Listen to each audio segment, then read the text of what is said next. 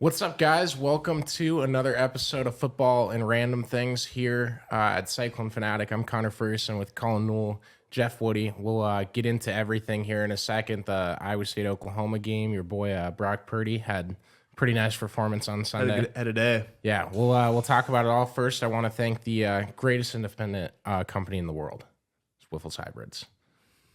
They destroy their competition, their rival business. Terrible. I don't even know what the hybrid companies do, honestly. But they sponsor the show. They partner with us. And I hope at some point they type out an ad that they want me to deliver. And they trust you to not crash the brand into the woods. I'm not. That's the greatest independent company in the world. You have my guarantee on that. How we doing, fellas? Good. I mean, it was weird watching that game. So you lose by 30, but you don't feel like that bad. You know, like I don't know if it was just me, but like you finish that game and you're like, well, that sucks. But like it didn't feel like the Ohio game, you lost by 3 or whatever it was. Felt way more frustrated than that one. So it was weird to lose by 30, but the way everything happened, you're sort of, I don't want to say okay with it, but less distraught. I think the exciting part was watching that first quarter. You know what I mean? Like we were right there with them. We were running the football. Rocco was throwing it around. We had some big plays that we haven't seen in a little while as far as, 60, 70, 80-yard touchdowns that we had back to back. And that kind of gets you a little bit of excited and shows what the future can be for some of these guys. Yeah, and you look at how that first quarter and how that first half transpired, and you knew you were in this type of shootout thing. That was kind of the direction where the game's going, and obviously you want to make adjustments to take it away from that. But Iowa State was hanging with them, playing that football, and I thought that was really encouraging. That second Rocco back interception kind of stalled that out, and then after that, you can never really fight back into the game. I think the next time the offense got the ball, they were down 10 more points. I mean, you're fighting uphill the whole time. Yeah. The game starts with the pick six, and when you're down 7-0, I mean, because you won at OU, but that place. It is a snowball that can really start going.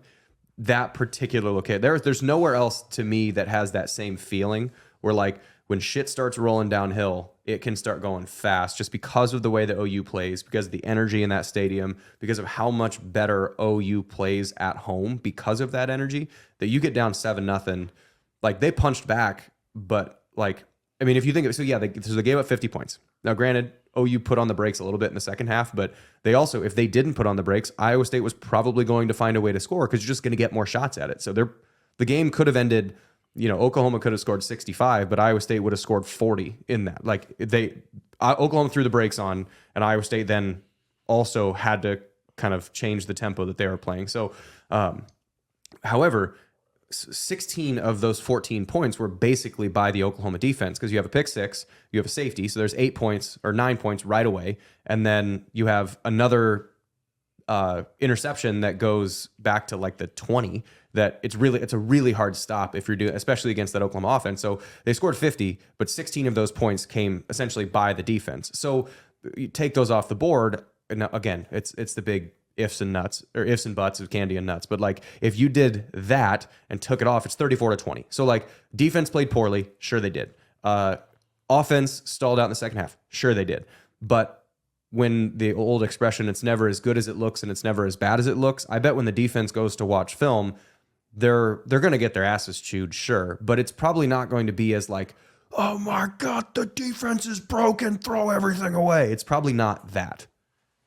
Yeah, I think you got to tip your cap to Oklahoma too. They played a great game. They did something that Iowa State's defense hasn't seen in a while, and giving up over 300 yards passing yards. First one, what, 19 games, something like that. And just their efficiency that they had. They were able to make some big plays, but they kept on moving the chains and in the red zone. And Iowa State's defense, they played solid, but they gave up some points there. Kind of like you said, it's not as good, but not as bad as what you thought either. Yeah, and the thing that the takeaway from the defense, like the big broad takeaway to me, is Iowa State needs Malik Verdun back, because who they were targeting was they threw at 5, so they threw at Purchase, and they also threw at whoever was in for Malik Verdun. But at the same time, a lot of the running plays on one side, you're going to have your outside linebacker or Bo Freeler is going to be responsible for one side. Well, the other side is going to be Malik Verdun. Like that other safety, whether it's Ben Nickel or whoever else is in for that other safety spot, that is going to be one. It's an alley defender, like the guy where most of Oklahoma's big runs came from, or any like big as in anything like 5 or more, anything like that. Most of those came down the alley. Very little of it came right up the gut, and very little of it bounced all the way outside the corners. It was mostly alley runs. Well, on one side you have with Freeler and McLaughlin. I mean, Freeler was everywhere, so fine. But the other side, there's nobody there for a run game, and they were picking on whether it's Patton or picking on somebody else, whoever was in there. So like not having Malik Verdun in that defense, and also playing against Oklahoma, who has a quarterback who can deliver the ball on time and in rhythm to that spot. That's where that defense can start to crack. Where in order to play against Kansas, if Grady Dick is shooting for 3-pointers and he's hitting 6 out of 8 3-pointers, like you also have to have all of your defensive presence there. Like you can't be sort of off and then be on at the same time. And Iowa State without Verdun was a little bit off, and Oklahoma was on, which I think that's where the big discrepancy came from. Yeah, I completely agree with you there. The basketball analogy has me all sorts of tailspin in my head right now with bringing up Grady Dick. Oh, it's just, I mean, it really is. With Dylan Gabriel, if you're playing so different than Grady Dick because he's more of a spot up shooter, like a Steph Curry. If you have a point guard and primary ball carrier who is just on fire and can't miss, that's what Dylan Gabriel is playing like. Defending that becomes an absolute all hands on deck, and part of defense relies on the quarterback missing the throws that you're going to give him. We talked about it last week against the Oklahoma State thing. Every defense has a weakness somewhere. Whatever that defense is, no matter what the coverage, no matter what, there is a weak point. And the bet you're making whenever you call anything is that the opposing offense isn't going to be able to get to that weakness. You're going to try and, cover zero. The weakness is if you can have one guy break that man coverage and you can throw it up to him, that's touchdown. But you're betting on the fact that your pass rush is going to get to the quarterback before that happens. So cover zero, there's a weakness. Otherwise, everyone would run cover zero all the time. So that happens in every defensive coverage. And the Steph Curry example, if Steph Curry's making threes from 47 feet out with a hand in his face, I mean, shit, you just, all right, tip your cap. Good job, buddy. Like if Dylan Gabriel's throwing absolute dimes and, completing, it was only 66% of his passes, but a good number of those were throwaway. If you're completing the high percentage of passes that you're completing in the windows that you're completing them, all right, tip your cap. Some of those, like there was one touchdown where they missed like 13 tackles. They're just trying to rip the ball out, which I was screaming at the TV about. But a lot of the plays were just like, all right, you got a good wide receiver on a backup safety. The ball has to go 45 yards down the field on the money in order to beat, the one against Jamison Patton. Like that ball has to be on the money on time against a backup. All right, that's what he did. Like tip your cap. You make a 47-foot 3-pointer. All right, you make a 47-foot 3-pointer. I can't do anything about that. So it is. Gabriel was on fire. Iowa State was just a little bit off, but it's the same thing as when you got a quarterback that's on. It's like a ball carrier who can shoot, or a primary ball or on ball point guard who can shoot. It makes everything harder. Did it feel like they were going for a lot of fumble ripaways later in that game? I just feel like, and it's because Iowa State's been in all these games. And last year with how many one possession losses, you want to flip the switch and get back into the game, but it just feels like I've never seen them be that aggressive going for those. Turnovers make a huge difference in a game. You steal an opportunity, you steal some momentum. If we would have, came out in the second half and stole a little bit of momentum from them right off the start by having a turnover, a fumble, a pick, anything like that, that's a completely different football game. You know what I mean? It's not saying that we'd come back and win the game, but Oklahoma has to go, oh crap, we can't just coast it out here. We can't do this. They still have to be aggressive. And Iowa State's bench gets a little bit of adrenaline, a little bit of excitement, and something good that happens. So anytime you can get a turnover, it's a huge momentum swing. It's an extra possession and an opportunity to hopefully get a short field and put some points on the board. Yeah, to use that basketball example again, Steph Curry's making 47-point 3-pointers. And then all of a sudden, the guy who's guarding him blocks one off his nose. Like you go to shoot it, and then LeBron, whoever's guarding, LeBron blocks one into the third row of the stands. Okay, well, I might not be able to get that shot off anymore. And then you think twice about it. There's just a little bit more hesitancy, and then the confidence to shoot that 47-foot 3-pointer it's not quite as strong. Then maybe if you're able to get, whether it's a fumble or whatever, then you can, again, that the confidence to pull up and make that difficult play isn't there, so that play doesn't happen. Because if Gabriel's playing with as much confidence as he is, and you're able to throw it down the field, yes, do you need to provide more pressure? Of course, because it takes away his comfort and confidence. Do you need to be able to get a turnover? Yes, because it takes away his comfort and confidence. Do you need to push him off the spot, even if you're not getting a hit? Yes, because it takes away his comfort and confidence. But the going for the ball, that I think offensively in the second half, what we saw was trying to score a 28-point touchdown, and then it sort of feels like on defense they were trying to get 2 fumble recoveries on one play. Like that big touchdown drive, or that big, the annoying one that 4 dudes are trying to rip the ball out as opposed to trying to tackle the guy. I think that was one of the cases where they're trying to, get a fumble here to try and make something happen. But the most you can score on a play is 8. So it feels like they were trying to make, the entire team was trying to get back into the game in one play, which young teams do dumb stuff like that. Yeah, absolutely. To go to the other side of the ball, I think offensively, we'll get to the quarterbacks and everything in a second, but Abu Sama and Eli Sanders, 7 carries apiece, 67 yards, and 41 for Sanders. What do you guys think about how the rushing attack look, and how's the offensive line improving, Colin? Yeah, I think that there's some great takeaways. I mean, between those two guys, you're over 100 yards rushing on 14 carries. I mean, if anybody can have that type of production, you're going to be really happy. We saw some big runs from each of them. Able to get out on the edges a little bit, and Oklahoma's a fast defense. So the fact that those dudes were able to get some edges and spark some huge opportunities, I think that was a huge part of where the success came from early on.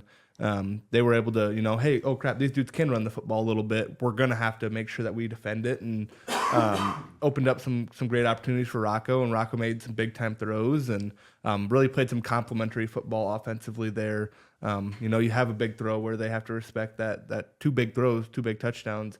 And then, you have Eli Sanders and Abu go out there and make some big runs in some space. So Abu went for 39, longest run, and Eli went for 13. Cortavius went for 20, and Rocco had a 14-yard run. I mean, those are some big chunk plays that can spur some offense and can force a team to really think like, hey, they do have a running attack that you have to respect. And I just hope that we can continue to see some of those chunk yard plays, because that'll set up the offense in good positions. I think to complement that, there was a few different times where it was 3rd and long and they're converting on a touchdown. And I know that's like an over the middle kind of, he found wide open space and conveniently got to run 80 yards down the end zone with no one even close to him. I get it. But to do it on 3rd and longs and 2nd and longs, especially with what we saw against Ohio, and even Oklahoma State, there was times where that happened, but I felt like this week it happened even more. They're getting more confident in late 3rd and long situations. Yeah, and I think a lot of those were some good throws by Rocco. Put him on a spot and allowed those guys to go make a play. Back to Woody's kind of thing, like, hey, the quarterback's job is to let a playmaker go make a play. And I think that's kind of what we saw there, and we really like the sight of that. But I think the offense kind of took a step forward and some stuff that we haven't seen for a little while. A little bit last week, obviously, with the air raid attack. But that's 2 weeks in a row where we've seen some really good things out of the offense that we got to be really excited with Coach Scheelhaase and company calling some great plays and really having some efficiency. Yeah, one of the things that I really like, and I apologize for the coughing, I got a little, people are using their Kelderman corn wheels to kick the harvest dust up in the air. So a little hay fever going on.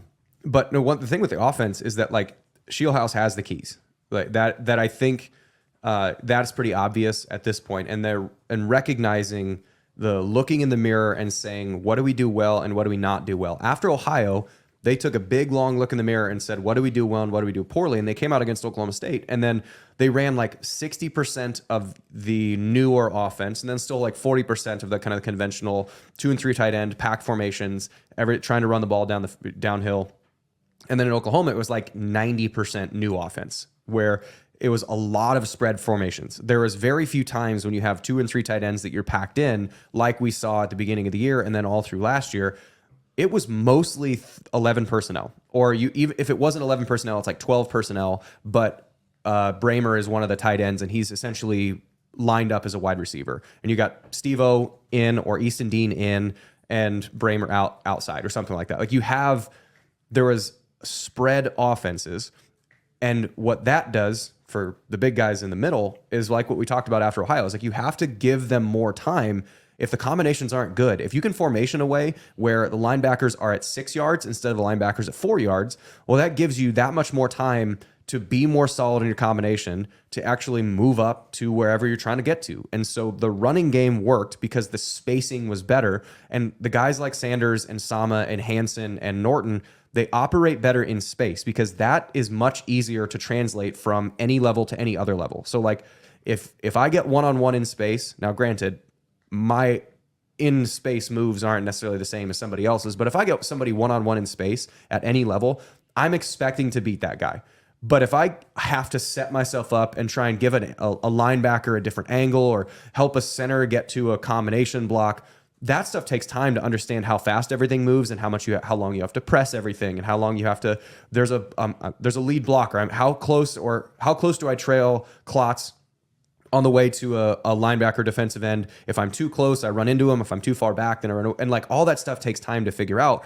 But the spread offense, the more wide, the bigger amount of space between the linebackers or not linebackers, the whatever receiver positions, tight ends, wide receivers, whatever, and the offensive line, it forces a little bit more space. It allows the linemen to get a little bit more time to their combinations to get up to where they need to. And it allows Sama and Hansen and Norton and Sanders, it allows them more one-on-one opportunities that are way easier to do. And those guys, as we saw, can actually make guys miss in space. So that offense of like, to take a step back, I probably use this example. One of the things I love building stuff, like half the furniture in our house, either I've built or I've built with my dad. And so like when I was growing up, my dad and I would build stuff. He was in construction for forever.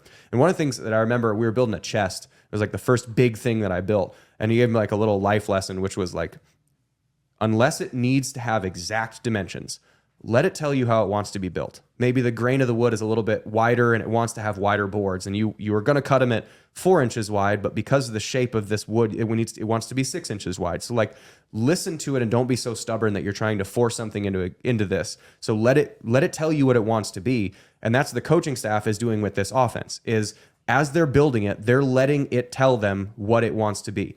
With spacing, they're better in the run game. It allows young linemen and young running backs to get more running space. Rocco can still see it, can still sling it, can still get it to people on time. So this offense is more on time. They're better running the ball, and they're better time of possession with more space. And so that's a thing that I think we're gonna see that pretty consistently throughout the rest of the year. Like this is much closer to what the offense wants to be.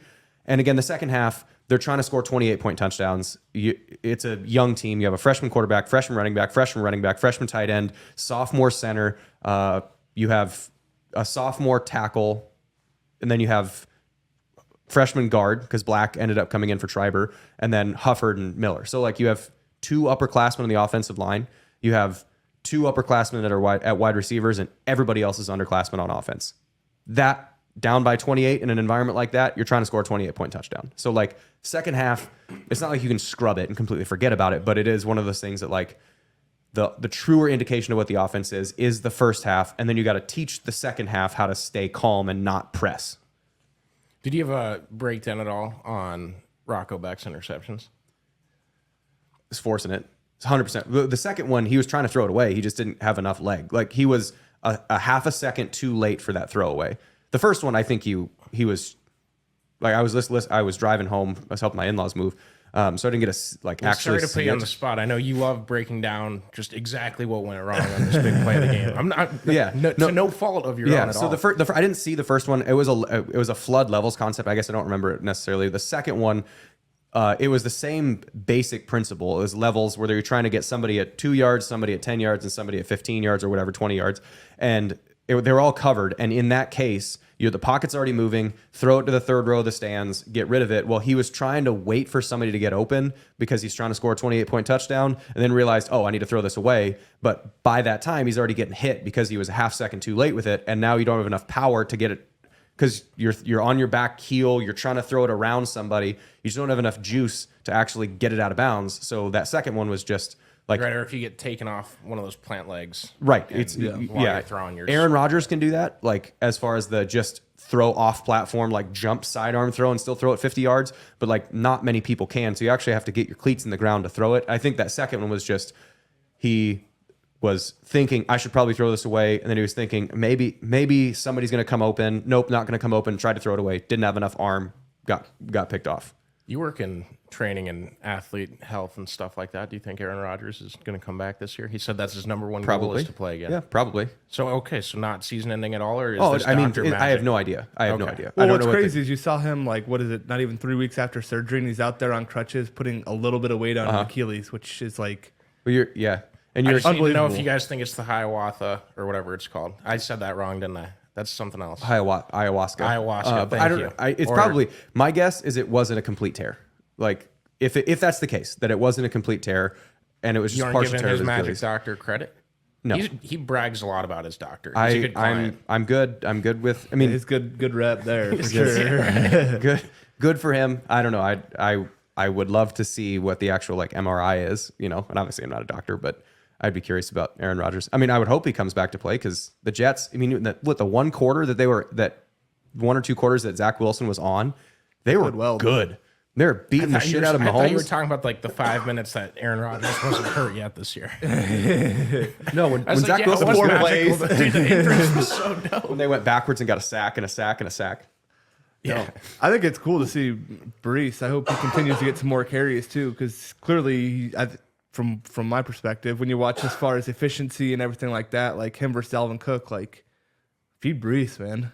Oh yeah, and hopefully the Jets get it there. I know there's, you have that little party that's like, okay, we tore his ACL last year. We got to make sure we don't load management him too hard through the year. But you got to think it's coming. Did you see they're making the Jets made like this docu? Yeah, I saw you film tweet or that. whatever? I started Yeah. to watch it. That's It's pretty cool. sweet. I'm excited to watch that and kind of see the process of his road back. I think it comes out Thursday at noon.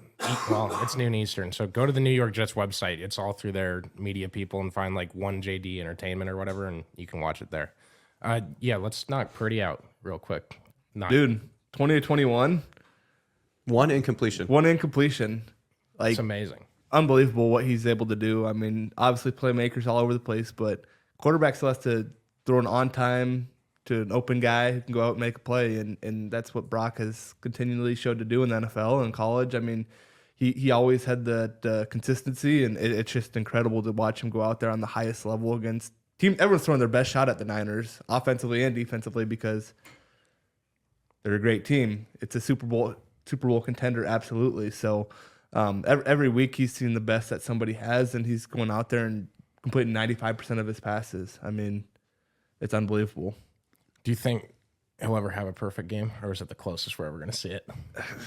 I wouldn't put it past him. I was shocked, dude. Everyone kept tweeting the stat like with every throw. Yeah, It'd you be like wait for John the- Walters tweets that he's 10 for 10, Yeah. and then Keith Murphy said he's 11 for 11. And I'm looking down the list, and I'm like, oh, he's got to throw it in completion soon because everyone else is jinxing him. the before we announcers do. jinx. You kept on waiting for it to happen, and I mean, going 20 for 21 is still pretty damn impressive. That's even more impressive too, because like there sometimes the right decision on a play if nobody's open is to throw it in the away. first row of stands. Yeah. And like offensive scheme wise, to be able to have 20 out of 21 available opportunities to complete a pass and not have to on a screen pass, you have to bury it at the running back's feet, or on a rollout, you have to throw it. You have to overthrow a receiver in one of those like, if my guy catches it, great, but I'm expecting to throw this at the the special teams coach. Like offensive scheme wise, to be even able to call 20 completable passes out of 21, that's pretty impressive too.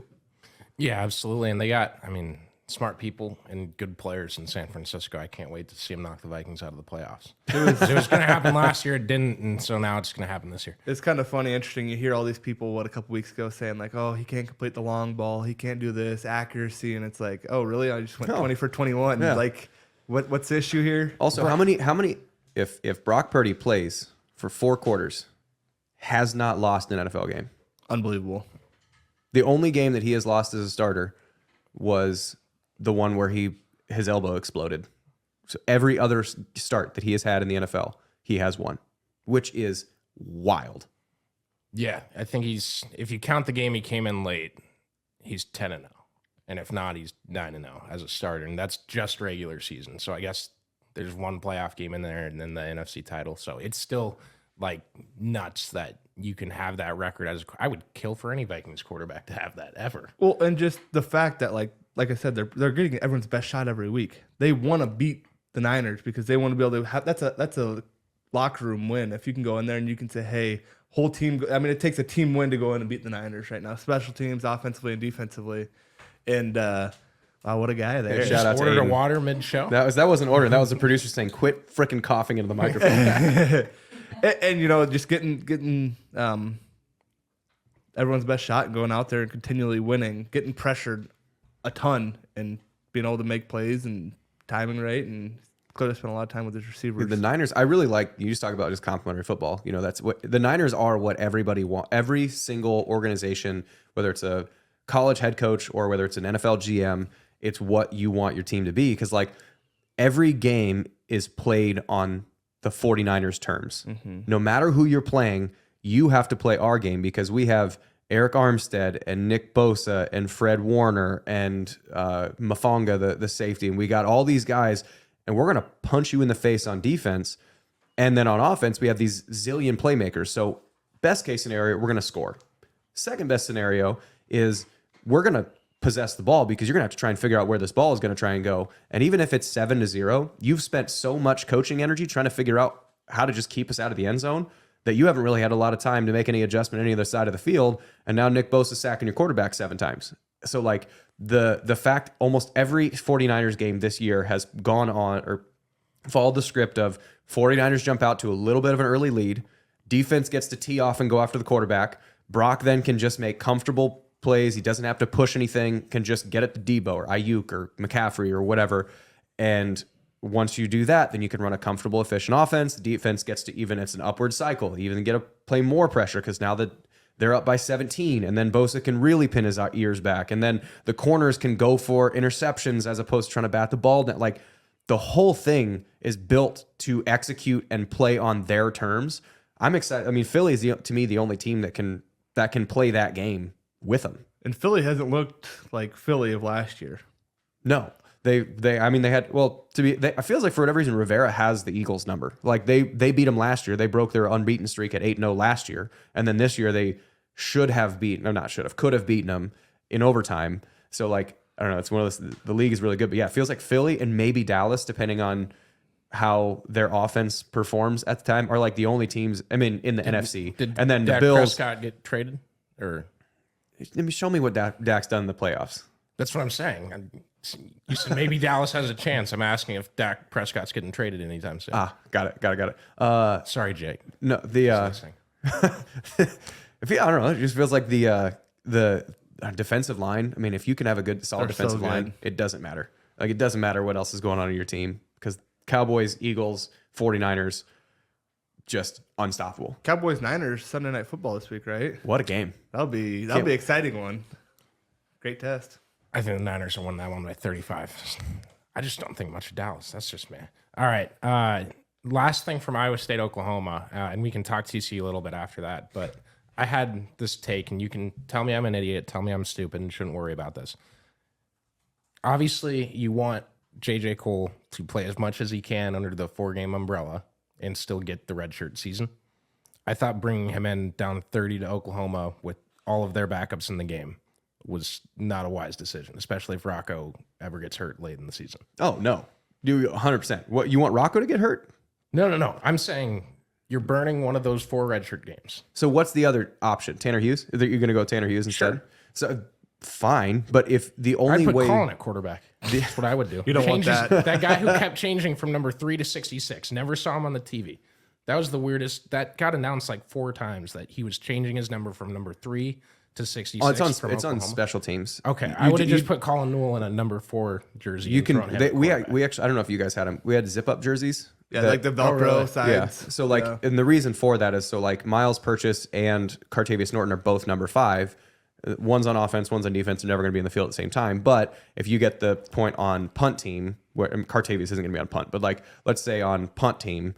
There's two number 5s. Yeah. Then you have to just put somebody else in some number that's not claimed. And you have to announce that so that you have to make sure the opponent knows that like number 66 is now Cartavius Norton. Okay, got it. And so athlete, not some scrub. Yeah, not some. why is that dude that's 5'10", 220 and number 66? That's what I was thinking I was going to see. I know, playing left tackle. No, I think that you want to get as live reps are the only thing that simulates live reps is live reps. Like you cannot simulate how fast everything is and also not knowing what's going to happen. So like in practice, I mean, we talked about it kind of at the golfing when we had just 3 hours in the car together, but like you guys would torch that defense in practice no matter how good the Iowa State defense was because you knew what was happening. Like Absolutely. even if they're going to call a blitz, you're like, I've seen this blitz 53 times. Yep. So action against somebody else, why that's so important is because you don't know what's happening. You have to actually react. You have to predict something, check a prediction against what a read is. So like JJ needs as many reps as possible. I don't think that that's necessarily, it is a good idea. Whenever you can get him in the game, to get him as many reps as you possibly can, get JJ in the game. How many games has he played now? 2. He's appeared in 2 now. So, yeah, 2. so like my thinking is, say you got 3 games left in the season and Rocco goes down. Well, now you're one game short on JJ Cole, and maybe that's just unlucky, and that's how you want to screwed play. Anyway. I don't think that's you want your quarterback to be. And I'm not saying it's a bad thing he got in. I'm not saying it's a bad thing he got experience. No, I know. I absolutely understand what you're saying. I think that you're going into a hostile environment and you can say, hey, let me get this freshman quarterback. I mean, that's a confidence booster for a guy that he's been grinding his butt off now for how long, and it's how many ever weeks into this, 5 weeks into the season, and say, hey, we can get this guy some play and keep him engaged and allow him to go out there and see some live fire. Yeah, and all in all, I think just if we're talking quarterbacks, I think Rocco, again, played really, really well. Outside of those 2 interceptions, those 2 were, again, I hadn't watched back the first one, but like probably just mistakes that he needed to take care of. But and I remember saying, I was texting with Mahoney during the game. Rocco in 6 games or next year or at some point when they give him more at the line of scrimmage control, because right now this is game 5, right? Like Iowa State's 2 and 3. This is game 5 for Rocco Becht, which is wild that he's performing at this level. At Oklahoma. At OU, like game 5. And so at this point, a lot of the decisions he's making are very simplified decisions, which is like as the pass concept comes out, there's middle open, middle closed. If it's middle open, play left. It's middle closed, play right. Or if it's man versus zone, your primary read is Jalen Knoll to Hyatt or to whatever, or Higgins, excuse me. And so like there's your read tree, whatever. Versus once he gets more comfortable, and this is what one of the great things about Brock is he's able to get himself in situations where he can be 20 for 21. The play that sticks out to me is, so Iowa State gets a big play, they get into the red zone, and they check to an inside zone or a run to the left to Sama, and it gets tackled for a 2-yard loss. Well, 2 things could have happened if Rocco was either more confident and had the ability to, or if they still kind of have the training wheels on to make sure he doesn't get too, because it's a bad confidence. If you go to make a change at the line of scrimmage and it's wrong, then you second guess every decision you make from that point forward. So it's good to keep training wheels on. I'm not saying like they're holding him back. So in that front, the way that Oklahoma was running is it was either Higgins or Knoll was one-on-one, or it may have been Daniel Jackson. Anyway, there's a wide receiver to the top side of the formation, and they're playing cover 1 with a middle safety or middle closed safety. So ball's in the right hash. So wide receivers on the left numbers. The only guy that can defend that pass is the cornerback. Take that shot. It's 2nd and 10 or 1st and 10 or whatever it was. Take that shot. That's if you think about what would happen in the NFL. If you're playing one-on-one with a middle safety and there's nobody else that can be around there, I'm going to throw that ball. But let's say they don't like that matchup. That corner is, it's Patrick Peterson circa 2012. Like you're not going to complete that pass. They check to that run play. There's 2 wide receivers on the right. The guy who ends up making the play was playing over number 2, the second guy in from the right, and brought pressure. What needs to happen on that one is you look at Jalen Knoll was actually the one that was the number 2. You look at Jalen Knoll and you just give him a sign like slant or hitch or something like that. Because if that guy's coming, I'm going to throw right where he left. And that's the kind of, you'll see these checks all the time. If a guy's blitzing, I'm going to throw right behind him because it's a quick, easy 6 yards. So option 1 is throw it one-on-one. You have I think it was Daniel Jackson, Jaden Higgins. Throw it one-on-one. It's cover 1, man-to-man coverage, 100%. I know my guy's going to win this. Take the shot over there. Second possible option, give tell your slot receiver to the right, there's a blitz coming, and Knoll is pointing at it, screaming, blitz, blitz, blitz. Rocco doesn't feel comfortable making a check. So, hey, run a hitch to this side. But he didn't feel comfortable making either one of those, so he ran handoff for 2 or 3 yards lost. Fast forward 6 games from now, Scheelhaase calls that play. They call the check to run that run play.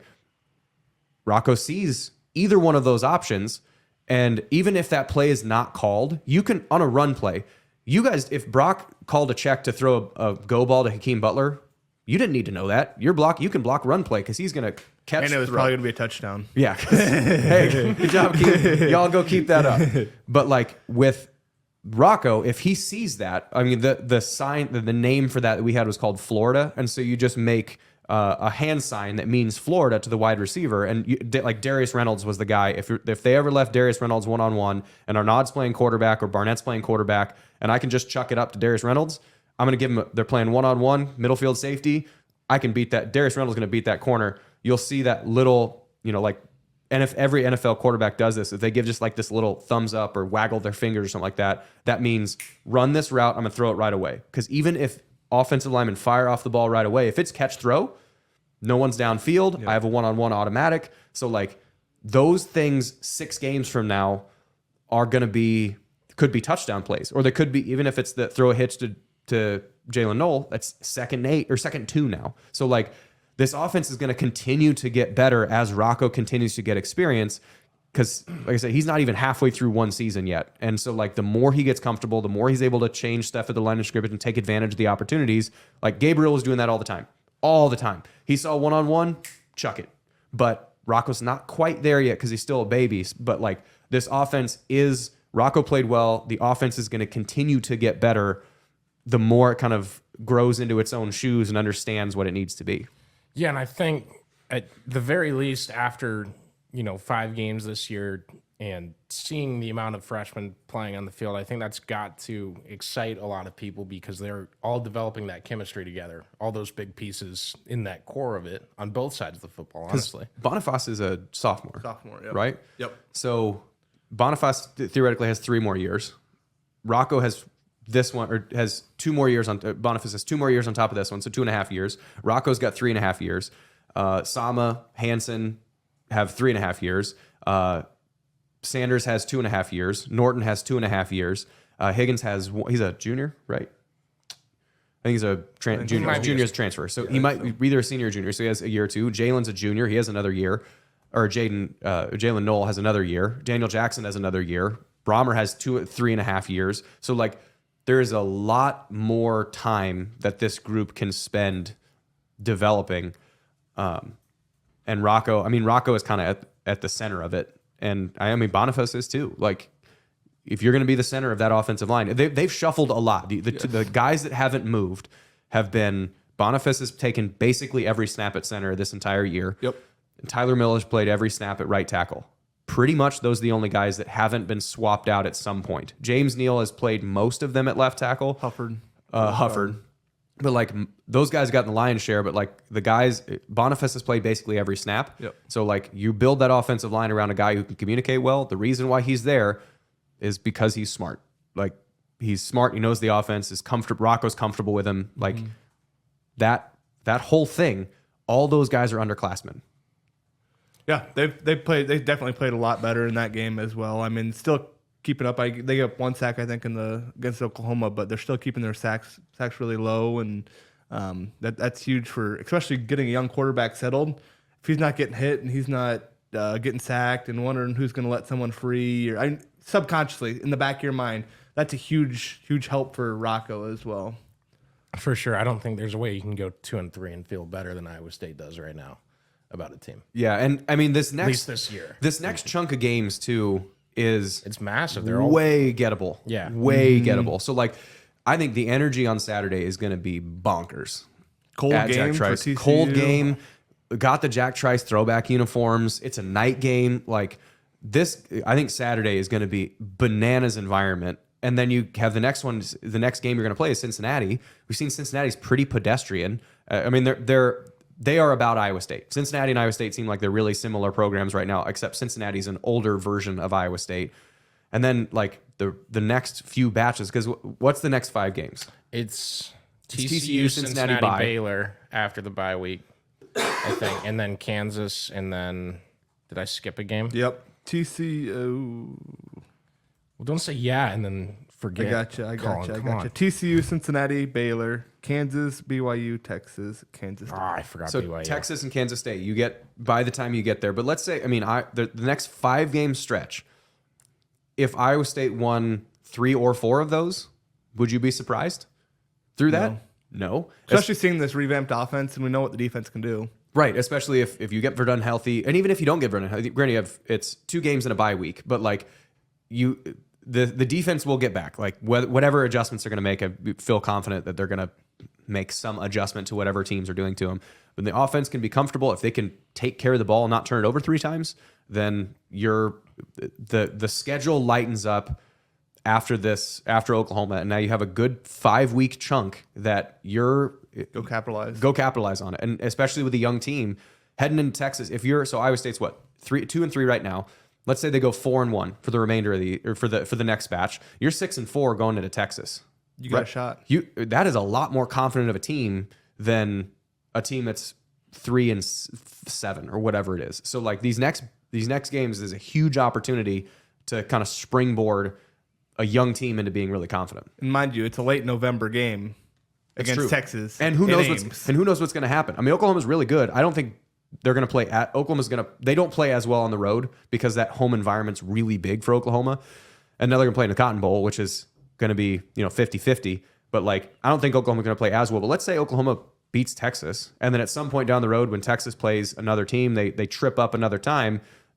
Like maybe if Texas has 2 losses by the time they get to Ames and it's cold and they're not playing for the Big 12 title and they can throw in that towel. We've seen that. Mm-hmm. So it is possible. And I mean, again, this next 5 game stretch is huge starting on Saturday. Now, I've said this many a times. The black uniforms raise every player's, you know how you have a Madden overall, you have ratings for each category. Okay, every player goes up by 5 in the black uniforms. Or the Jack Trice uniforms more significant than that, Jeff? You would be the only one with experience playing. Man, they're cool. They're cool. And I mean, these ones are even better. Like the white Ames helmets and like the Cardinal jerseys. These are clean. Like for like because it's so special, like you do feel like the burden of responsibility. Like, I don't know if you guys, the first time you were in blacks in that like West Virginia game, like, I don't know if you felt like the burden of responsibility of like, we asked for this for so long, or we finally have this chance. Like, don't screw this up. Yep. So I don't know that it feels like they're going to, like on Saturday, you're not going to play. Like you feel it's important to do really, really well. So it's not like it matters more, but like it's easier to focus when you have something like this, that like you're trying to honor Jack Trice and how big of a deal Jack Trice is to the university, to the community. Like that's a big deal. And they're cool. I mean, and they're cool. They're cool. Look at play good. Yeah, I'm excited for it. I think obviously I overhype the uniform stuff because I like looking at uniform colors. It's just I'm weird like that. But are you an Oregon fan then? No, I wouldn't say I'm an Oregon fan. I mean, you're a fan of their uniforms. I apprecied their throwbacks are gonna be clean this year too, yeah. or this week. Oh yeah, did you see they those? look great. Oregon's. They got throwbacks. Oh, they're clean. Yeah. I mean, Phil Knight does a great job. He's buying the uniforms for him. Yeah. When the guy who owns Nike gives all the stuff back to you, that'd be fine. So anybody gonna go invent a worldwide apparel company out of Iowa State? Do it. Please do that. That'd be really nice. We're more on the computer train there. That's true. And agriculture. That's right. And animal health. A lot of animal health. So your veterinarians, welcome. You're welcome. You might have cool uniforms, but because of us, you have healthy puppies. I think that's where we got to end this one. Good outro, Woody. We'll see you guys next week. Football and random things. Thanks for listening.